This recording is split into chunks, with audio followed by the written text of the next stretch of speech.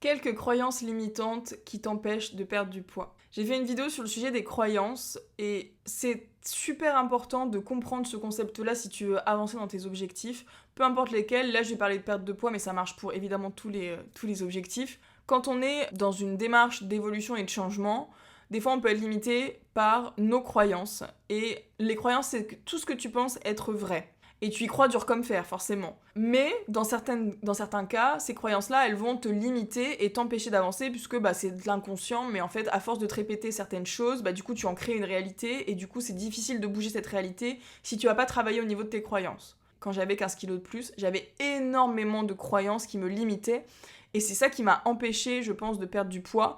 En tout cas, ça a fait partie de ce qui m'a limité à perdre du poids et à être efficace dans ma perte de poids. C'est les croyances sur moi, déjà mon identité. J'avais les croyances de je suis grosse. Je me répétais quasiment tous les jours que j'étais grosse. Et j'étais là, je me regardais dans la glace, j'étais là, de toute façon, je suis grosse. Il y a aussi les croyances sur nos capacités. Je me disais que de toute façon, j'étais incapable de faire du sport, que le sport c'était réservé à une élite, que c'était pas pour moi. J'avais essayé en fait le sport et j'y arrivais pas en fait. Et donc, du coup, j'étais mais non, mais de toute façon, c'est pas pour moi. Je ne suis pas quelqu'un de sportif. Je ne serai jamais sportive. Je me rappelle tellement de me répéter cette phrase de je ne serai jamais sportive.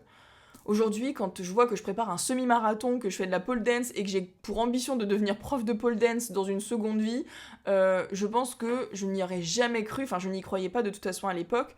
Et en fait, c'est ça qui est beau dans la vie, c'est que tu évolues en permanence et tes croyances évoluent en fonction de comment tu avances et comment tu changes ton état d'esprit aussi. Et donc les croyances que je vois régulièrement chez mes clients et sur moi-même, notamment par rapport à la perte de poids, ça va peut-être te parler si tu es dans cette situation, c'est les croyances de je suis grosse, j'aime trop manger, je suis incapable de me mettre au sport, c'est de famille, dans ma famille on est tous en surpoids donc c'est normal que je sois en surpoids, j'ai pas assez de motivation pour me mettre au sport, je n'y arriverai jamais, etc. Ça, c'est les grosses croyances que je vois sur ça. En fait, déjà, dans un premier temps, de les identifier, ça va aider à changer déjà un peu l'état d'esprit, de se dire ok, là je comprends que c'est une croyance limitante, est-ce que ça m'aide vraiment de me répéter ça en permanence? En soi, tu peux penser que c'est vrai. Si à l'époque on m'avait dit arrête de dire que t'es grosse, j'aurais dit écoute, regarde, je suis grosse, enfin moi je me trouve grosse en fait. C'est ma perception, pour moi c'est vrai, je suis grosse. Et en réalité, c'est pas le but de te convaincre du contraire, même si ça peut t'aider. Je sais que dans mon livre sur la manifestation, le secret, elle parle du fait de répéter des affirmations positives comme si elles étaient déjà vraies, comme ça tu le manifestes plus vite. Mais bon, je vais pas t'embrouiller avec ça. Mais en tout cas, de te répéter je suis grosse, ça ne t'aide pas, puisqu'en fait ça programme ton inconscient à agir comme quelqu'un de gros. Du coup, tout ce que tu connotes gros, en te disant je suis grosse, tu vas continuer de le faire. Tu vas continuer peut-être de trop manger, de te gaver de sucre, de grignoter, de pas faire de sport, de te cacher dans tes fringues, etc.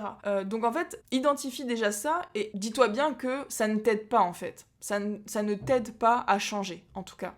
Peut-être, de toute façon, tout ce qu'on se dit, ça a des intentions positives, donc ça peut te rassurer dans un sens, inconsciemment ou quoi, peu importe, mais en tout cas, si tu as une volonté de perdre du poids, de te répéter ça, ça ne t'aidera pas.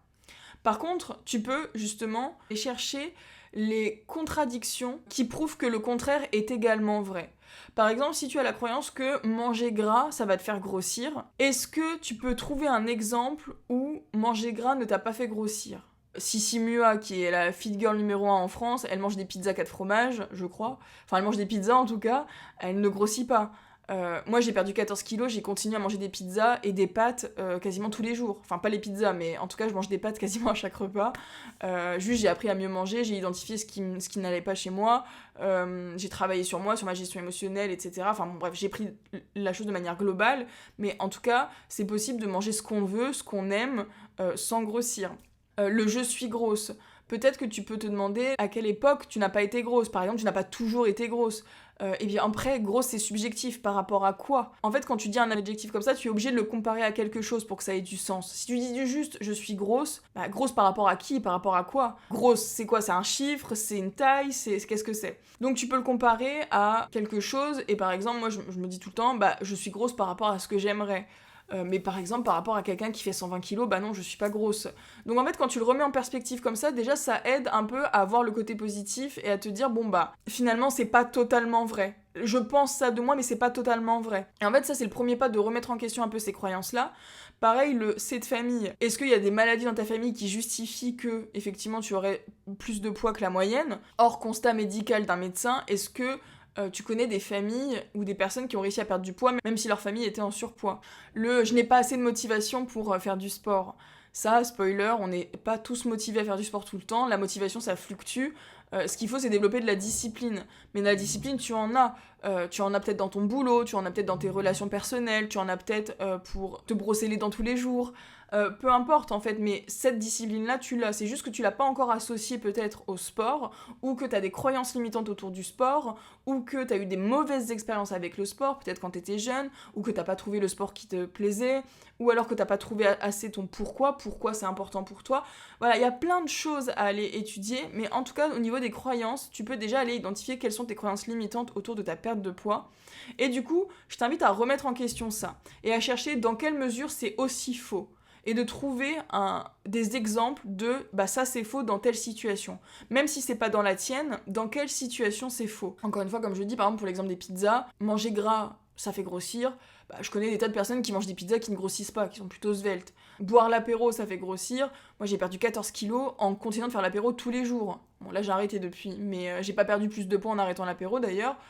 En tout cas, voilà, il y a des croyances qui peuvent être remises en question et qui vont t'aider si tu trouves en fait ces croyances opposées et d'autres croyances qui vont remplacer celles-là, ça peut déjà t'aider à te mettre dans un autre état d'esprit et en tout cas arrêter de te limiter surtout. C'est surtout ça.